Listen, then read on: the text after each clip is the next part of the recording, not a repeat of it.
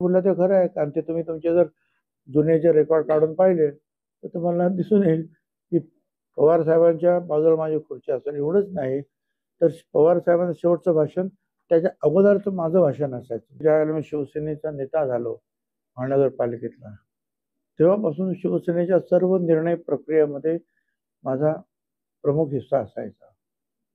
त्याच्यानंतर काँग्रेसमध्ये आलो, काँग्रेसमध्ये सरकार गेलो तर मला विरोधी पक्षनेता केलं विश्वासानं, आणि मी विधान परिषदेमध्ये विरोधी पक्ष नेता झालो.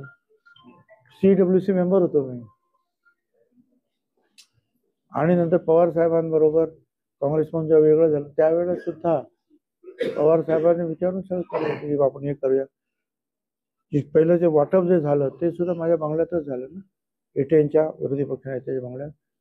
पुन्हा वेगवेगळे जे कम्युनिस्ट पक्ष असेल किंवा आणखी कोणाचे पक्ष असतील, इतर कोण शेका पक्ष असेल, रिपब्लिकन पक्ष असेल, कुणाला काय तिकीट द्यायचे सगळं माझ्या बंगल्यावर माझ्या समोरच ठरलं. त्याच्यानंतर सुद्धा ते विचारात घेतच होते. निर्णय काही घेत असेल पण विचार विमर्श होत होता. चर्चा असायला पाहिजे. बीजेपीची सुद्धा लिस्ट पार्ट दिल्लीपर्यंत जाते, चर्चा होते. पवार साहेबांना सुद्धा काय करायचं असेल तर थोडीफार इथे फक्त काय कोणाला काय माहितीच नाही. शेवटच्या फेऱ्यापर्यंत फक्त अजित पवार, पप्पू पटेल आणि तटकरे तिघेच. म्हणजे चर्चेमध्ये किंवा ज्याला डिसिजन मेकिंग होतं त्याच्यामध्ये आमचा सहभाग शून्य. कुणाला तिकीट द्यायचं आमदार आम्हाला माहित नाही, खासदार तिकीट कोणाला द्यायची चर्चा नाही, मंत्री कोणाला करायचं आम्हाला माहित नाही, खाती आम्हाला काही माहिती नाही. आम्हाला फक्त तिघांना सगळं माहिती आहे. आमचं म्हणणं असं आहे की आम्ही इथे आलो तर आमची सिनियरिटी ठेवूनच आलो ना.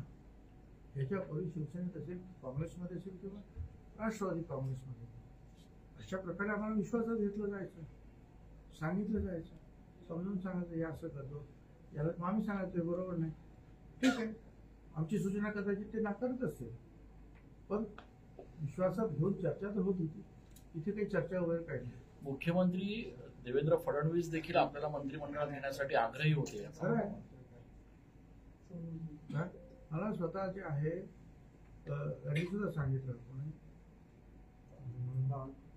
बावनकुळे जे अध्यक्ष आहेत, प्रांताध्यक्ष बीजेपी, शेवटपर्यंत जे आहे फडणवीस साहेब तुमच्या नावाचा आग्रह धरून होता की त्यांना तुम्ही गाळू नका, त्यांचं नाव घ्या. शेवटपर्यंत त्यांनी पूर्ण टाकलं.